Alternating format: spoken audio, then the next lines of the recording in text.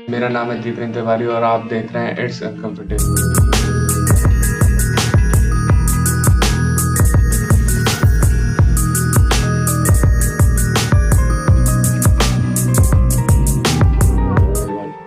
तो आज हम बुक समरी के बारे में इसमें बात करना चाह रहे हैं, वो है think and grow rich. Think and grow rich जो मेरे पास में है वो है हिंदी एडिशन में, और आप इसको इंग्लिश और कई सारे जो लैंग्वेज में आता है आप उस एडिशन में परचेज कर सकते हैं। तो इस बुक में तो है तो बहुत सही कई सारी बातें जिनसे हम कुछ के बारे में चर्चा करेंगे। तो सबसे पहले चर्चा करेंगे इसके ऑथर के बारे में, नेपोलियन हिल। ये बुक इतनी खास क्यों और इतनी ज़्यादा इस सेलिंग क्यों रही, इसके बारे में कुछ जानते हैं। तो जैसे कि सबसे पहले नेपोलियन हिल के बारे में बात करें, तो नेपोलियन हिल का जन्म वो हुआ साउथ नॉर्थ वर्जीनिया में, और ये बहुत छोटे थे जब इनकी माता का देहांत हो गया। उसके बाद फिर ये ग्रामीण समाचार पत्रों में माउंटेन रिपोर्टर के नाम से बहुत ज़्यादा जानने लगे। उसके बाद ये वहाँ पे अपना कार्य करते रहे। ज़्यादा पैसे की कमी होने के कारण ये अपना कॉलेज नहीं कर पाए। इसके बाद ऐसे ही इनकी लाइफ चलती रही। उसके बाद इन्हें एक बार मौका मिलता है एंड्रयू कार्नेगी का इंटरव्यू करने का। एंड्रयू कार्नेगी उस समय अमेरिका के सबसे प्रसिद्ध और सबसे ज़्यादा पावरफुल आदमी में से एक थे। तो उस समय एंड्रयू कार्नेगी इंटरव्यू करते समय इन्होंने जाना कि अमीरी के रहस्य के बारे में उन्होंने बताया, और उनका मानना ये था कि अगर आप अमीरी के सब लोगों से मिलें और सबसे विश्लेषण करें और इंटरव्यूज लें, और इंटरव्यूज लेने के बाद में इन सभी चीज़ों को एक सिंपल से फॉर्मूला में डिफाइन किया जा सकता है। और इन्होंने प्रस्ताव हिल के सामने रखा, और हिल को ये बात भी समझ में आई कि हाँ ये किया जा सकता है। पर उन्होंने उनके सामने एक बात रखी, पर आपको इसके लिए अपने जीवन के कम से कम 25 साल देने पड़ेंगे। तो फिर हिल ने थोड़ा टाइम सोचा, पर उन्होंने कहा नहीं, अगर मैं ऐसा काम करके जा रहा हूँ जो आने वाले कई 100 साल 200 साल तक ये मेरी बुक जाएगी और लोगों को इससे इंस्पिरेशन मिलेगी और कई सारे लोग से सफल होंगे, तो इसमें 25 साल देने में कोई बुराई नहीं। तो उन्होंने कहा ठीक है, मैं 25 साल अपने दूंगा। तो उन्होंने सबसे ज्यादा जो टॉप 10 अमीर लोग थे, जैसे कि हेनरी फोर्ड, थॉमस एडिसन, और जो उस समय अमेरिका के प्रसिद्ध लोग थे जो अपनी लाइफ जीरो से लेके से घर तक पहुंचे थे, तो उनका इंटरव्यू लेने के लिए, उनसे मिलने के लिए सब उन्होंने उस चीज की प्लानिंग की। उन्होंने बोला अब मैं 500 से ज्यादा अमीर लोगों से मिलके सफलता के सूत्रों को निकालूंगा। तो यहीं से शुरुआत होती है इस बुक की, थिंक एंड ग्रो रिच की। तो उन्होंने 13 स्टेप्स में इस पूरी अमीरी की चाहता होता सोच, द पावर ऑफ थिंकिंग।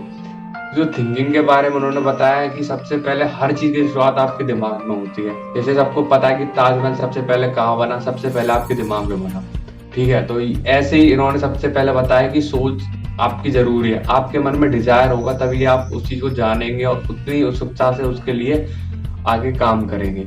तो इनमें सबसे जो अच्छी कहानी लगी जब उन्होंने एडिसन से पार्टनरशिप के बारे में थी। तो उस समय पे एक बंस नाम के भिखारी थे जो कि जिनके मन में डिजायर आया कि मुझे तो थॉमस एडिसन से पार्टनरशिप करनी है, पर ना उनके पास में इतने पैसे थे और ना उनके पास में कोई ऐसी स्किल थी जिससे वो पार्टनरशिप कर सकते थे। बस उनके पास में एक चीज थी, वो था डिजायर। तो अब वो ऐसे उनके मन में पहले विश आई, तो उन्होंने अरे यार ये नहीं हो सकता, पर नहीं, वो डिजायर उनके शरीर में बनता गया, वो मतलब उनके अवचेतन मन तक पहुंच गया।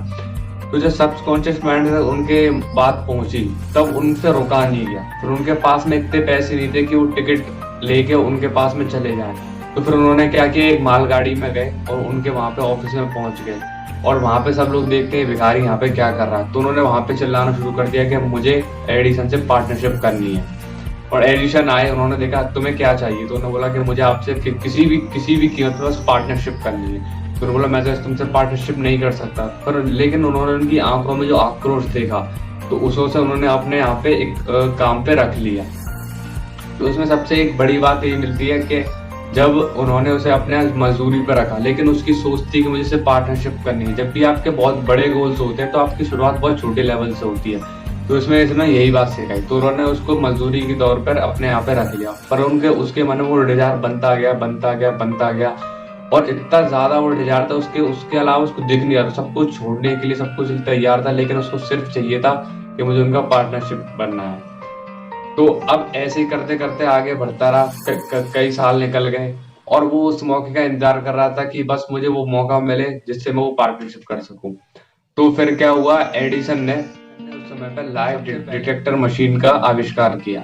बाकी सारे जितने भी जो सेल्समैन थे या फिर उन्होंने कह दिया अरे नहीं बिकेगा, ये किसी काम का नहीं है। लेकिन वंश ने सोचा यार ये मेरे लिए अपॉर्चुनिटी है और अगर मैं यहाँ करेगा तो मैं इनका पार्टनर बन सकता हूँ। तो उन्होंने कहा इसको मुझे दो, मैं इसको बेचूंगा और इतना बेचूंगा जो सबसे ज्यादा सेल्स निकाल के देगा। तो उन्होंने उसको इतना मेहनत के साथ में इतना ज्यादा बेचा कि उस प्रोडक्ट के लिए थॉमस एडिसन उनको अपना पार्टनर बना दिया। तो आप सबसे पहले उन्होंने इसमें यही सिखाया कि ये चीज की शुरुआत हुई उनकी सोच से। अगर उसके दिमाग में एक चीज आई नहीं होती तो वो आज थॉमस एडिसन का पार्टनर नहीं होता। और इसके अलावा इसमें सबसे ज्यादा इंपॉर्टेंट करती है दृढ़ इच्छा, डिटर्मिनेशन। जो आपने सोचा है उसके प्रति आप कितने डिटरमाइन है, आप उसके पीछे क्या छोड़ सकते हैं, ये भी इसमें सिखाया गया है।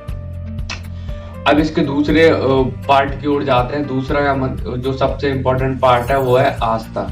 क्या आप जो भी इच्छा रखते हो उसमें विश्वास होना आपका बहुत ज्यादा जरूरी है। अगर उसमें विश्वास ही नहीं है तो वो आपके अवचेतन मन तक कभी भी नहीं पहुंचेगा।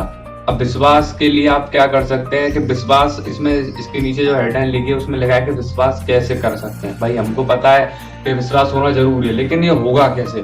तो ये होता है अपने सेल्फ, जब आप खुद को जो अपने दिमाग में बोलते हो, कंटिन्यूसली आप उसको बोलते रहते हो मुझे करना है मुझे करना है। कई सारी जगहों पे आप इस चीज को लिखते हो। तो उन्होंने 4 स्टेप्स बताए कि आप इस पर कैसे विश्वास कर सकते हैं और आप कैसे इसमें आपको अवचेतन मन तक इसको पहुंचा सकते हैं। जो पहला स्टेप है कि आप अपनी लाइफ में जो भी करना चाहते हैं, अगर आप सपोज करो 1 लाख रुपए कमाना चाहते हैं तो वो 1 लाख रुपए की फिक्स अमाउंट एक पेपर पे लिखें और इस डेट को भी लिखें कि किस डेट तक आपको वो अमाउंट चाहिए। और तीसरा लिखें कि आप उसको कैसे लाएंगे, उससे मतलब प्लानिंग करें और उसी समय पे चालू हो जाए, चाहे उसके लिए रेडी हो चाहे ना हो। और दिन में 2-3 बार उसको पढ़ें और अपने माइंड के अंदर में उसको कंटिन्यूसली घुमाते रहें और बोलते रहें कि हाँ ये होगा होगा होगा। तो ऐसे ही करते करते आपके अंदर विश्वास बने लेगा ये चीज होगी। तो वो संपत्ति और जो इच्छा जो आप चाहते हैं वो आपके दिमाग में सबसे पहले आ जाएगी, आपके पास होने से पहले। तो ये इन्होंने सबसे पहला स्टेप बताया और ये इसी से ही आप शायद पूरी बुक का सार ले सकते हैं। बाकी सारे स्टेप्स में आप और भी कई सारी चीज सीखेंगे, लेकिन सबसे इम्पोर्टेंट स्टेप यही है। अगला पॉइंट आता है वो था सेल्फ सजेशन। आप खुद को क्या सजेशन देते हैं? आप हमेशा खुद को अमीर बनने का सजेशन देते हैं या गरीब बनने का सजेशन देते हैं? आप खुद को हमेशा आगे बढ़ते रहने, प्रोडक्टिव बनने का सजेशन देते हैं या फिर ये चाहते हैं यार मैं उसमें लेजी रहूंगा, कुछ ना करूँ, बस मुझे कुछ मिल जाए, ऐसा सजेशन देते हैं? तो उन्हें सजेशन का सबसे ज्यादा इंपॉर्टेंट बताया। और सजेशन कैसे आता है? क्या आपके आसपास लोग आपको सजेशन देते हैं? तो इसमें संगति का भी उन्होंने बहुत बड़ा एग्जाम्पल दिया। क्या आपके जितने भी आसपास लोग हैं उनकी संगति आपके दिमाग पे बहुत असर करेगी, क्योंकि आप उनसे बात कर रहे हैं, उनसे सुन रहे हैं, है ना? तो आपके सेंसेस के थ्रू वो बातें आपके माइंड में जा रही हैं। तो आपका अवचेतन मन पे कंट्रोल तब आ सकता है जब आप उस इंफॉर्मेशन के ऊपर में अपना कंट्रोल लाएं। तो वो इंफॉर्मेशन के कंट्रोल के लिए सबसे पहले आप अपने आसपास का माहौल को चेंज करें एंड उसके बाद में सबसे पहले आप को अपने आप को जो सेल्फ सजेशन देते हैं वो सजेशन को देने से चेंज करें। आप हमेशा खुद को पॉजिटिव सजेशन दें कि ये चीज होगी ये चीज होगी ये चीज होगी और अपनी योजना को और बेटर करते हुए जाएं। तो ये सबसे ज्यादा इंपॉर्टेंट सेल्फ सजेशन है। ये ऐसा है कि आप सब कुछ तैयार तो कर लोगे, लेकिन आपके माइंड में, अवचेतन मन में जब तक ये बात नहीं जाएगी तब तक वो उतनी दृढ़ता से या उतनी डिटर्मिनेशन से कार्यरत नहीं होगी। सबसे इम्पोर्टेंट यही है कि सबसे पहले आप अपना माहौल चेंज करें, अपनी सारे स्टेप्स को फॉलो करें एंड जो अगली बात है वो हम अगले वीडियो में करेंगे। ये 2-3 स्टेप्स मैंने आपको बताए, अब अगले वीडियो में 2-3 स्टेप्स से और बात करेंगे। वीडियो देखने के लिए शुक्रिया।